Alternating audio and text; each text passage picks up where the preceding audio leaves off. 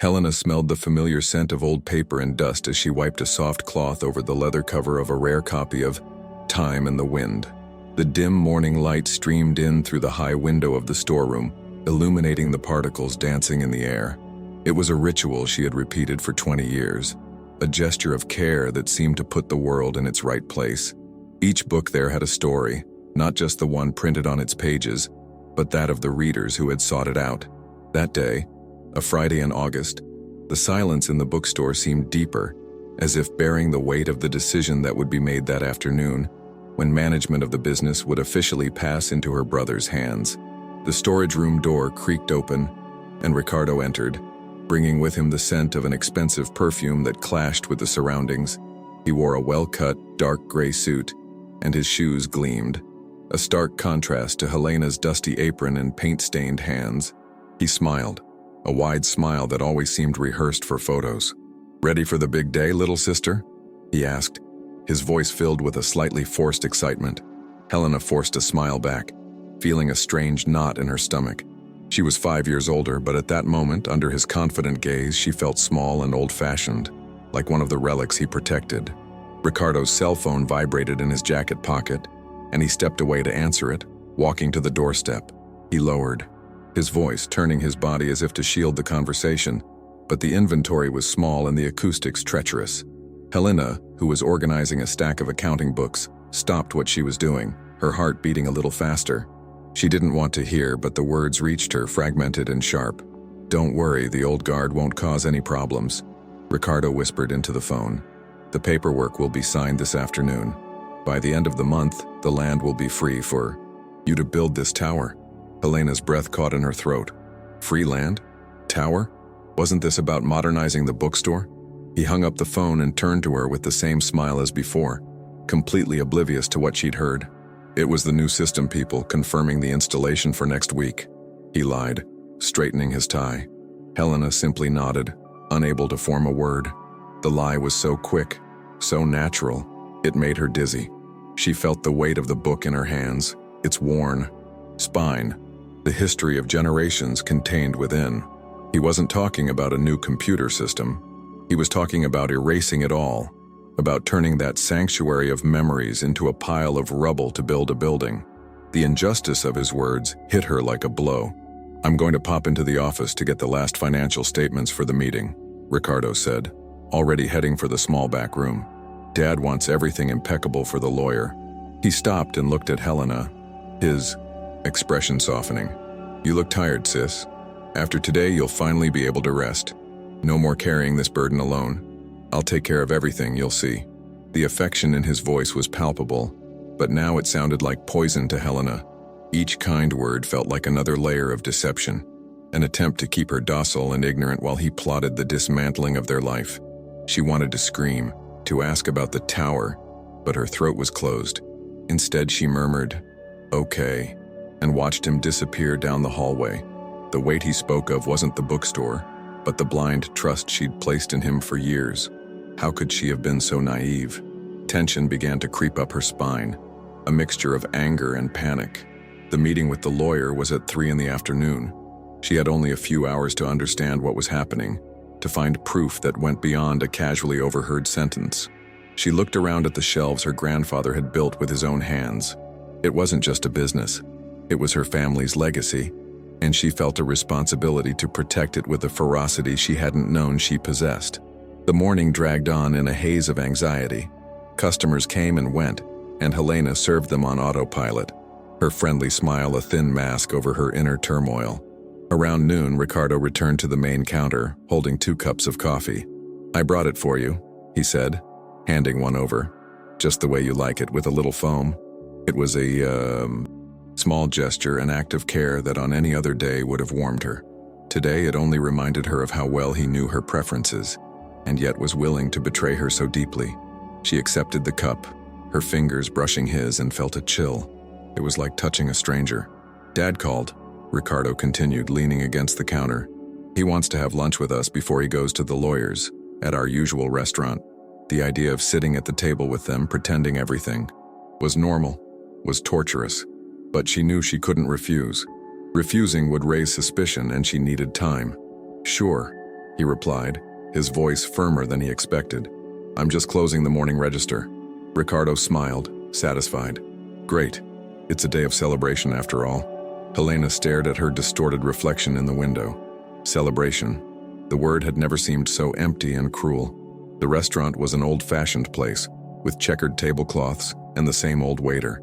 Antonio was already seated, his figure hunched with age, but his eyes still shone with a former vivacity. He smiled as he saw his children approaching. My heirs, he said, his voice a little weak but filled with pride. Helena hugged him, feeling the worn fabric of his shirt and the familiar scent of lavender. Guilt flooded her. How could she destroy her father's happiness with such a terrible truth? For a moment, she considered giving up, letting things happen. Perhaps ignorance was better. But then Ricardo sat down talking animatedly about his revitalization plans and how the bookstore would become a landmark of modernity in the city. He painted a picture so beautiful and so false that Helena's anger flared, overcoming her guilt. Her father listened, nodding, but Helena noticed a small crease of concern in his forehead. He knew the business like no one else. He knew the revitalization Ricardo described would cost a fortune they didn't have. That detail, that small inconsistency was the first chink in Ricardo's perfect armor.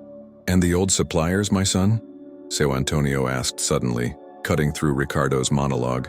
The people at Editora Globo, for example. I spoke with their manager last week.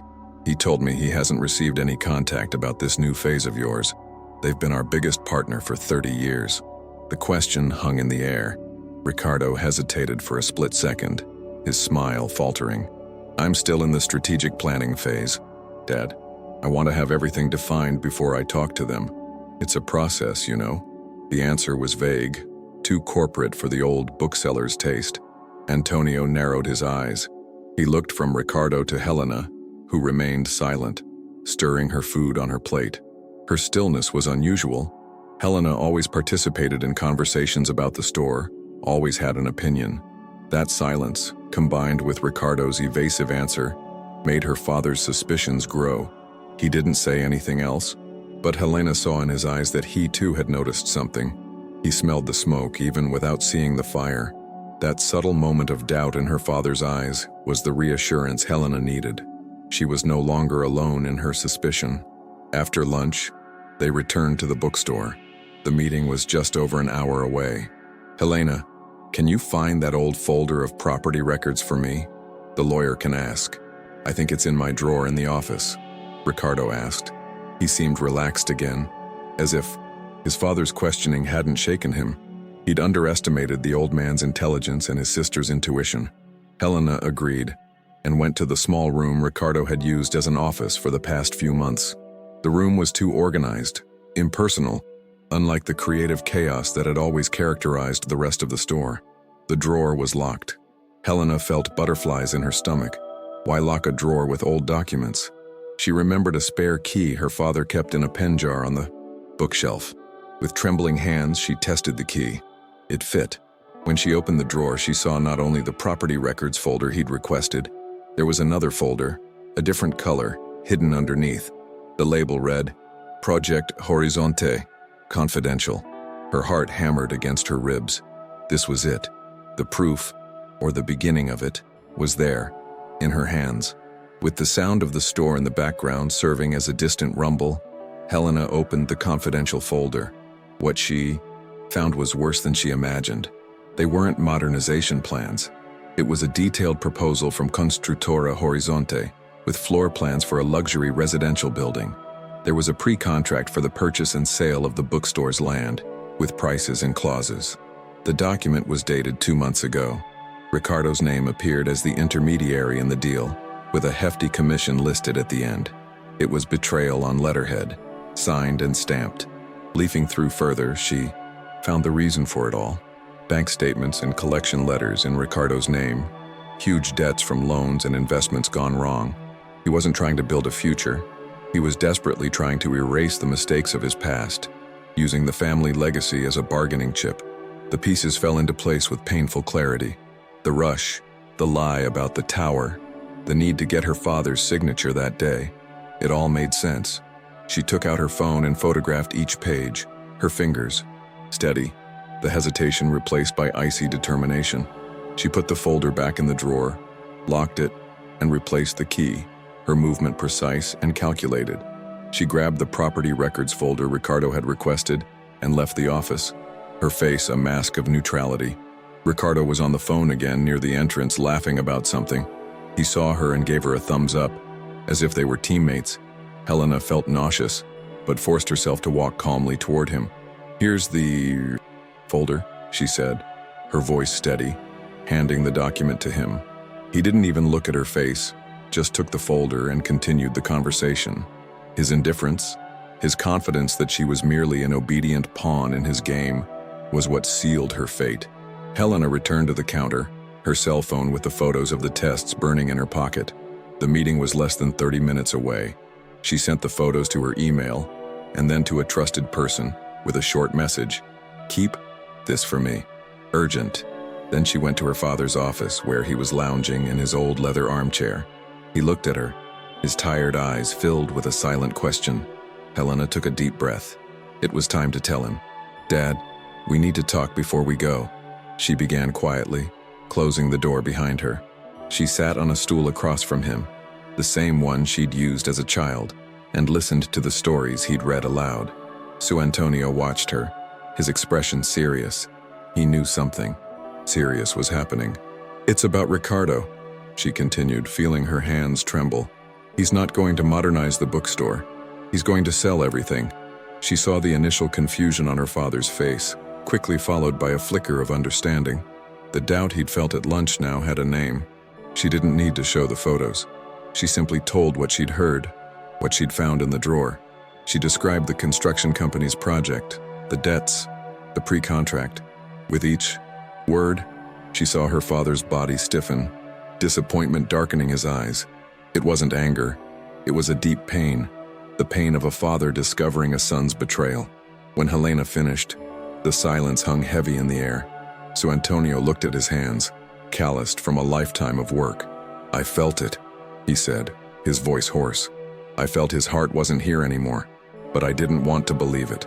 He lifted his head and looked at his daughter, and for the first time that day, Helena saw, not pain, but a new resolve. "What are you going to do, my daughter?" he asked, his voice now firm. The question wasn't an order, but a vote of confidence.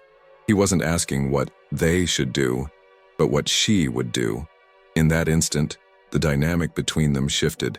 He was passing the baton to her, not Ricardo. "We're going to the meeting," Helena replied, her voice equally firm. "We're going to listen to everything he and the lawyer have to say, and we're going to let him think he got what he wanted until the last second." Her father stared at her, surprised by the coldness in her tone, but soon a gleam of admiration appeared in his eyes. Richard knocked on the door. "Time to go, everyone. Dr. Matias is punctual." He entered the room smiling, oblivious to the heavy atmosphere. "Everything okay here?" "Everything great, my son," Seu Antonio replied, getting up with Helena's help. "Just reminiscing about old times." His father winked discreetly at Helena, a knowing gesture that sealed the pact between them. Ricardo, oblivious to everything, put his arm around his father's shoulders, guiding him outside. "We're going to celebrate the future," he said. Helena walked behind them, her heart calm for the first time that day. Fear had transformed into clear purpose. The law office was in a modern building downtown, a glass and steel space that seemed cold and sterile compared to the bookstore. Dr. Matias, a middle-aged man with a professional smile, greeted them and led them to a conference room with a large mahogany table. Ricardo sat next to the lawyer, as if he already belonged in this world of negotiations. Helena and her father sat on the other side, watching. Copies of the documents to be signed were already on the table, organized in blue folders. It was the final transfer of power, the power of attorney that would give Ricardo absolute control over the family's assets. Dr. Matias began explaining the legal terms, his voice a monotonous drone that Helena barely registered. She kept her eyes on Ricardo. He was beaming, barely able to hide his euphoria. With each clause the lawyer read, granting him more power, he cast a triumphant glance at his father, expecting a smile of approval. So Antonio, however, maintained a neutral, impenetrable expression. He listened intently, his hands resting on the table. Helena felt the tension in the room, an invisible electric current. It was the silence before the storm that only she and her father knew was coming. And with this final signature on the power of attorney, Mr. Antonio grants full administrative and financial powers to his son, Ricardo, to manage, sell, or modify the company's assets as he deems necessary, the lawyer concluded, pushing the pen and the final document to the center of the table. If you agree, you may sign here. This was the moment, the culmination of months, perhaps years, of Ricardo's planning. He leaned forward, his body tense with anticipation, his eyes fixed on his father's hand moving toward the pen. The smile on his face was pure victory. It was then that Helena acted. With a calm, deliberate movement, she took her cell phone from her pocket. Without saying a word, she placed it on the table and opened the photo gallery, turning the screen so everyone could see. The first image was the pre-contract with Constructora Horizonte, clear and undeniable. She moved on to the next photo, the floor plan of the luxury building. Then, the statements with the debts. She did everything in silence, letting the images speak for themselves. The lawyer paused, confused. Ricardo's smile froze and then faded, replaced by a mask of panic and disbelief. He looked from Helena to the cell phone, and back again, the color draining from his face. "What's this, Helena?" Ricardo's voice came out as a strangled whisper. He tried to grab his cell phone, but Seu Antonio's hand, surprisingly quick, covered it. "I'd like to know too, Ricardo," the old man said, his voice low, but sharp as glass.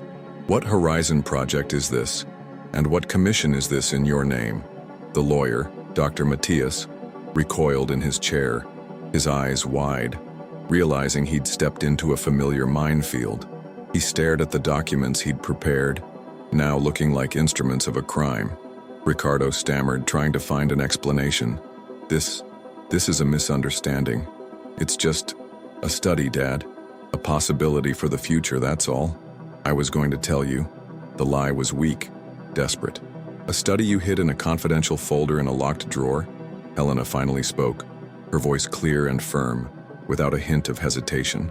"A study that involved selling the land where our grandfather built the store without our knowledge, to pay off his debts?" Each question was a nail in the coffin of his deception. He was exposed, naked, in front of the very people he'd tried to deceive. The silence that followed was heavy and absolute. Ricardo had no more answers. He just stared. At his sister, his gaze a mixture of hatred and pleading. The arrogance he wore like an expensive suit had melted away, revealing the small, frightened man beneath. Dr. Matias, the lawyer, cleared his throat, clearly uncomfortable. "Gentlemen, I was not aware of any of this. My services were retained solely for the transfer of management. If there is a conflict of interest, I suggest we pause this meeting immediately." He was already distancing himself from the situation, protecting his own reputation. Antonio ignored the lawyer. He stared at his youngest son, a deep sadness in his eyes. Then, with a calm that seemed to come from decades of difficult decisions, he picked up the pen from the table, but not to sign. He held it over the final document, the power of attorney. With a firm, thick stroke, he crossed out Ricardo's name from the beneficiary line. The sound of the pen scratching the paper was the only noise in the room. Then, in the blank space next to it, he wrote his handwriting slightly shaky with age but unmistakable. "Helena." He put down his pen and pushed the modified document toward his daughter. "The bookstore was always yours, Helena.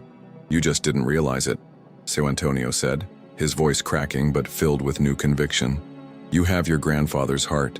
You cared for it, for me, for everything. It was my mistake, for letting myself be carried away by empty promises and well-cut suits. The future of this place." He made a gesture that encompassed not only the papers but the entire family history, "is yours to protect." The gesture was more than a name change on a piece of paper. It was a coronation, an acknowledgement of a lifetime of silent dedication. Ricardo stood up abruptly, his chair scraping noisily on the polished floor. "You can't do this," he said, his voice rising to a high pitch. "I have plans, Your plans are over, Ricardo," Helena cut in, standing up too. She was no longer afraid. She looked into his eyes, and he looked away first. "It's over." There was nothing more to be said. He grabbed his briefcase, his face a mask of fury and humiliation, and left the room, slamming the door. The sound echoed in the silence, the final point of a painful chapter. After Ricardo left, a different silence fell over the room. It was no longer tense but heavy with unspoken emotions. Dr. Matias began hurriedly gathering his papers. "Well, I think my work here is done for today. Please call me if you need anything else." He tiptoed away, leaving father and daughter alone in the large room. Helena stared at the document on the table, her name written in her father's hand. It felt strange, powerful. She sat back down, feeling the weight of the day finally settle on her shoulders. Antonio reached across the table and covered hers. His skin was wrinkled and stained with age, but his touch was firm. "Forgive me, my daughter," he said, his eyes moist. "Forgive me for not seeing your worth sooner, for not seeing what he was becoming." Helena shook her head, the tears she'd held back all day finally streaming down her face. "It's not your fault, Father. We trust him." They were tears not of sadness but of relief, a relief that cleansed the soul, that washed away the accumulated tension and fear. They didn't stay long in the office. They gathered the papers, now informally redone in Helena's name, and stepped out into the cool, late afternoon air. The city was in its usual rhythm, cars passing, people walking, oblivious to the drama that had just unfolded. Helena felt as if she were seeing the world for the first time with new eyes. Her father's decision, the confrontation, everything had changed her perception. She was no longer the passive guardian, the yielding older sister. She was the heir, the leader. The responsibility was immense, but for the first time, it didn't feel like a burden. On the way back to the bookstore, in her father's car, they barely spoke. The silence was comfortable, a mutual understanding that needed no words. When they stopped in front of the store's old facade with its gold letters slightly faded by time, Helena felt a love for that place that was almost physical. It was hers to protect, hers to guide into the future, a real future, not Ricardo's destructive fantasy. Antonio handed her the main keychain, the one containing the store's original key. "It's yours," he said simply, and the weight of those keys in her hand was the weight of trust and a new beginning. That night, long after her father had gone home to rest, Helena was alone in the bookstore. The lights were off except for a small lamp on the counter, which cast long shadows across the shelves filled with books. The silence was no longer oppressive like it had been that morning. It was a silence of peace, of possession. She walked slowly through the narrow aisles, running her fingers along the spines of the books. Each one felt like a loyal soldier who had won a battle. Alongside her, she hadn't just saved a business, she had saved a piece of her family's soul. She stopped in front of a black and white photograph on the wall, a picture of her grandfather on the day the store opened in 1958. He smiled proudly, surrounded by books. Helena had always seen herself as a continuation of his work, but in a secondary way. Now, she felt like his true successor. The day that had begun with the threat of erasing all that history ended with the reaffirmation of her purpose. She felt a deep connection with this man she barely knew, an understanding that transcended time. He had built this with his hands. She would rebuild it with her strength. Sitting in her father's old leather chair, she grabbed a notebook and pen. The adrenaline of the confrontation had worn off, giving way to a mental clarity she hadn't felt in years. For the first time, she allowed herself to dream about the bookstore's future under her own vision, unfettered by her father's expectations or her brother's ambitions. She didn't think about luxury towers or impersonal management systems. She thought about a literary cafe on the corner, book signings with local authors, a book club for the neighborhood kids. Ideas flowed onto the paper, simple, realistic, born of the genuine love she had for that space and its community. They were plans not for demolition, but for building affection, for strengthening bonds. She realized that modernization didn't have to mean the destruction of the old, as Ricardo preached. It could be the careful integration of the new, respecting the roots. That day of betrayal and pain had, paradoxically, freed her creativity and her confidence. She was discovering that her voice, which she had always thought so quiet, had much to say. The phone on the counter rang, the shrill sound shattering the stillness of the night. Helena hesitated before answering. It could have been Ricardo, with more accusations or pleas. but something compelled her to pick up the receiver. "Livraria Andrade, good evening," she said, her voice firm. On the other end, a pause, and then the voice of a distant aunt. "Helena, dear, your father called me. He told me everything. I just wanted to tell you that you did the right thing, and that we're all very proud of you." The validation, coming from an unexpected place, took her by surprise. Other connections followed. A cousin, an old family friend. The news, it seemed, had spread quickly. Through her inner circle, the messages were the same: support, pride, relief. She realized that the suspicion about Ricardo might not be such a well-kept secret, but a silent concern that no one dared voice so as not to hurt Seu Antonio. By exposing the truth, she hadn't destroyed the family. She had, in fact, allowed it to heal from a wound that had been festering in secret. She wasn't alone. Around 10 o'clock that night, as she was preparing to close the shop, she heard a soft knock on the glass door. It was Mr. Valdir, the owner of the neighboring bakery, a man who had known Helena since she was a girl buying sweets with counted coins. He held a small tray with 2 fresh donuts. "I saw the light on. I figured it had been a long day," he said, his eyes gentle. "Your father came by earlier. He seemed lighter. It's been a while since I've seen him like this." He didn't ask for details. There was no need. The community on that street was woven with threads of observation and affection. Helena opened the door and invited him in. They sat on a stool near the entrance, eating their sweets in companionable silence. That simple gesture, that unspoken solidarity, meant more to her than any grand speech. It was confirmation that her world wasn't just the books and the shop's walls, but the people around her. The true richness of that place, she realized, lay not in the value of the land, but in the human connections it had harbored for decades. And that was what she had fought to save. After Mr. Valdir left, Helena made one last round of the store. Her eyes fell on the stack of accounting books she'd been organizing that morning, when the day still promised to be just another routine. It seemed like it had happened in another lifetime. The person stacking those books was hesitant, worried, a supporting character in her own story. The woman now preparing to turn out the light was different. There was a rectitude in her posture, a certainty in her gaze that hadn't existed 12 hours before. Her phone vibrated with a message. It was from an unknown number. "You'll pay for this, Helena. You and the old man. This won't go on like this." It was Ricardo. The threat was childish, pathetic. Instead of the fear such a message might have caused her that morning, Helena felt only a pang of pity. He still hadn't understood.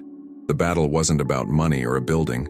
It was about character, and that was a battle he had already lost a long time ago. She deleted the message without replying and blocked the number. He no longer had any power over her. Before turning the key in the lock, she glanced once more into the dark store. The smell of paper, which in the morning had seemed merely the scent of routine, was now the perfume of victory and resilience. It was the smell of home, but in a new, deeper way. It was the scent of her future. She thought about how life could change in a single day, a day that began with the prospect of an end disguised as a new beginning and ended with a new beginning forged on the edge of an abyss. It wasn't an easy day. It was perhaps the hardest of her life, but it was also the day she found her own strength, the strength that lay dormant beneath layers of duty, habit, and the modesty of someone who never felt like a protagonist. She didn't need to shout or make a fuss. Her strength manifested itself in her calm, her observation, and the courage to present the truth quietly and undeniably. The greatest transformation wasn't what happened on the papers in the lawyer's office, but what happened within her. She finally understood that caring wasn't synonymous with giving in. As she locked the door, the metallic click of the lock sounded definitive. It wasn't the sound of closure, but of a protective seal. She was sealing her territory, her legacy, her new self. As she walked down the silent sidewalk toward her home, she felt the cool night breeze on her face. She no longer felt the weight of the world on her shoulders, but rather the lightness of someone who knows exactly where they belong. That day had redrawn the map of her life. Every hour, every conversation, every heartbeat pushed her out of the shadows and into the center of her own story. Tomorrow would be a new day, the first of many as the true owner of Livraria Andrade. There would be challenges, certainly, There would be the consequences of the fight with her brother, and the need to restructure many things. But, for the first time in a long time, she wasn't afraid of the future. She looked it straight in the eye, with the serenity of someone who had faced the greatest of storms and remained standing, stronger and more whole than ever. That day, that Friday in August, would not be remembered for the pain of betrayal, but as the day Helena, the silent guardian, found her voice and reclaimed her kingdom.